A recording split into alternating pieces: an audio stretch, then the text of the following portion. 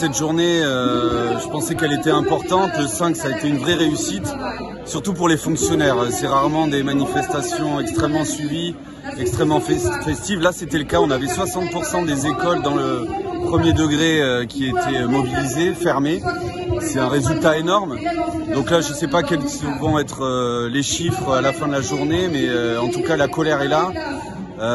Les revendications, c'est toujours les mêmes, bien que le gouvernement ait chuté contre les 3 jours de carence et les 90% de traitement de salaire après, contre la suppression des 4000 enseignants dans le premier degré.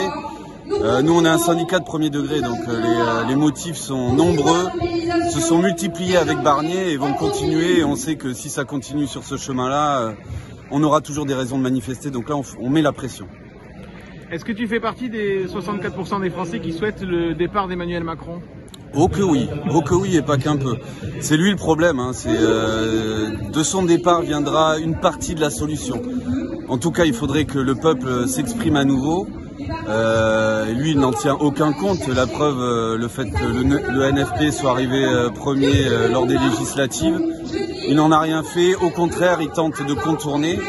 Et son départ est de plus en plus obligatoire pour qu'on puisse sortir de cette crise.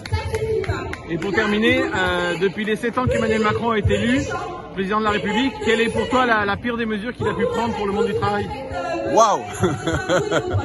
On pourrait même mettre les lois travail avant qu'il soit président du tour de Hollande. Merci Hollande.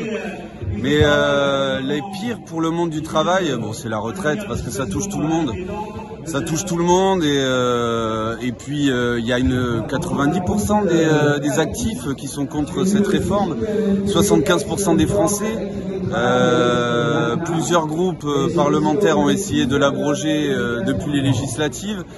Et là, le dernier épisode en date, avec l'obstruction parlementaire, c'est tout simplement honteux, surtout quand on a tout le monde qui souhaite, et tout le Parlement quasiment, à part les macronistes, qui souhaitent l'abrogation de cette réforme. Donc oui, ça serait ça le pire pour moi.